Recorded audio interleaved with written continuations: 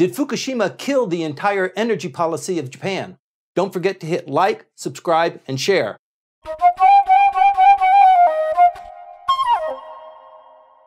Hi everyone, welcome back to Tokyo on Fire. Today is March 19th, 2019. Today we're going to talk about nuclear energy, the policy here in Japan. Michael, what in the heck is going on? Well, in this case, I was really surprised at the build-up up to the March 11th anniversary of the tsunami and then the nuclear accident. I thought 8 years on, they're just going to let it go. They're going to have a few things on television commemorating. No, it was incessant and it was constant. It was an overbearing presence.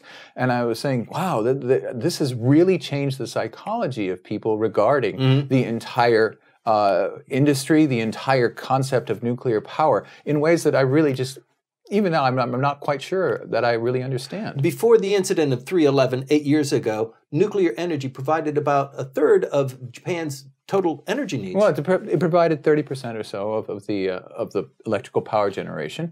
There were close to 50 power plants that were either operating or could be operating. Now we're down to a handful. We have the ongoing cleanup that's going on at the Fukushima site for the 6 reactors that are there. It's going to cost a great deal more money. There's 1 million tons of contaminated water on site. The engineers say that it's safe enough to release into the ocean, but thanks a lot. Good luck. Right. Good luck telling other countries in the world that we're going to release a whole bunch of tritium and strontium contaminated water into the ocean, and the ocean's so big it'll take care of it. It'll dilute it. It'll dilute it. It'll be fine. Try that at an international conference. They say that they need about 90 ongoing reactors to reach parity with where they were before. Well, they had this plan. 3/11. Well, they had a plan in the mid-2000s about how nuclear power would be the answer to Japan's contribution to climate change and to the reduction of fossil fuel use and CO2 emissions. Right. And which they're committed to under the Kyoto Protocol. Well, they were committed under the Kyoto Protocol and then reaffirmed under the Paris Agreement. That's fine. That's great. That was the plan. Fukushima changed everything, at least domestically. Nuclear power is no longer politically viable.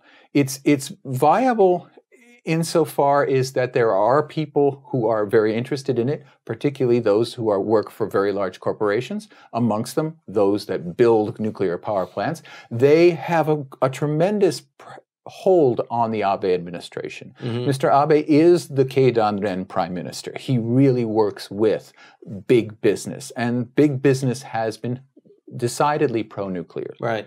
But the rest of Japan is decidedly against it. And if you look at public opinion polls, you look at any kind of measure of what the public wants to have done in terms of energy, nuclear power is is right off the table. Now, it's never really been on the table, actually, in terms of its environmental safety, and because no one ever calculated in the costs of cleanup. Now that, Fukushima as a disaster, the cleanup of that brings it front and center. The questions of what happens with long-term storage of radioactive waste, what happens to long-term storage of highly radioactive waste in a country with a lot of seismic activities, all of these things are now put into the cost equation. Right. And in terms of energy in Japan, there was always a 3-stage criteria. Stage 1, top level, continuous power. And continuous power means continuous generation and continuous supply of fuel. So that was priority 1 for all power. And that's why we don't have brownouts here. Have you ever experienced a blackout in this country? No, except during a natural disaster when the power lines are actually physically down. But a missed generation problem? No. The second issue is actually environmental impact. And before Fukushima, nuclear had a really good story. We're going to take care of the climate change problem. Now it doesn't have the environmental story, and that's priority 2. And priority 2 is important only insofar as it doesn't interfere with priority 1. And then it was price was always third. Japan's electricity is extremely expensive, but people live with it. Right. In other countries, the United States, Great Britain, they would have a revolution for the electricity costs here. Here, it was always priority 3. So unless nuclear can sell environmental safety, it's going to not be a part of the mix. And that's basically what's happened. Renewables have gone from strength to strength, right. Especially with the feed-in tariff that was put into place by the Khan administration.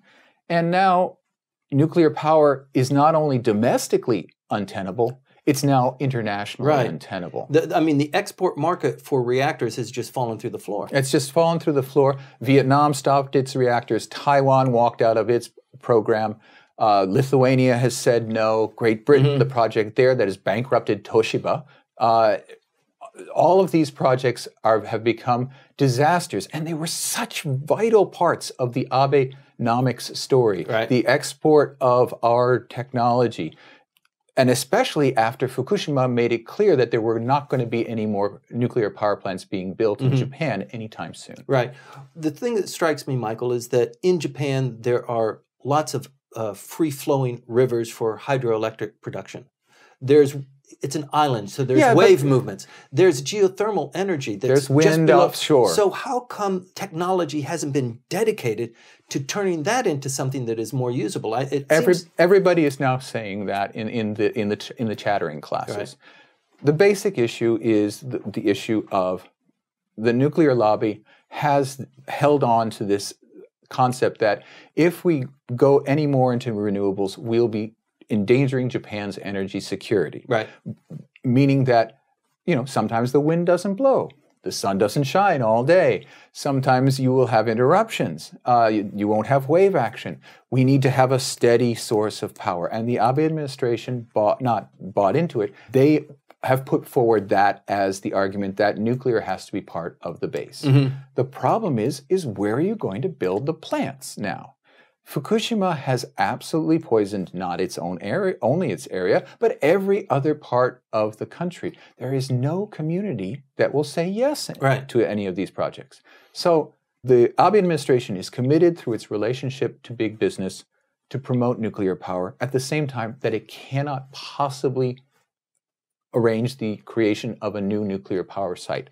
Those two things, we've been working through them through the 6 years of Abe administration life, and it's starting to come. It's not going to come home to roost. He's not going to lose his position over it. But the story this week, the way that they just kept emphasizing that Fukushima was so very, very important in the media is telling me just another nail in the coffin. That there are plenty of nails now in the nuclear coffin. Well, it strikes me as something akin to the population decline and the insistence of putting women more prominently into the workforce. But between a rock and a hard place. That's right. They have these dreams, they have these plans, they have these expressions, they have these incredible commitments, but the country's not behind them. So how do they get out of this situation that, they can't do nuclear, they need to provide some source to 30%? Yeah, but the issue is really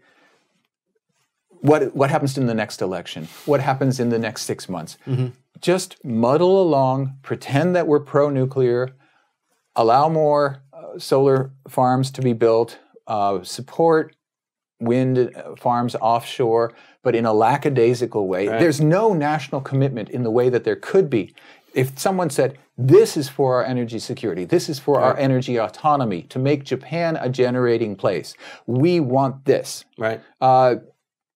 There's no way that that's sellable under the current administration because at its onset, when it came into power, it promised. Okay, so that nuclear power is to Abe what the wall on the border is to Trump. He can't walk away from it and say, I said that, but it's not doable.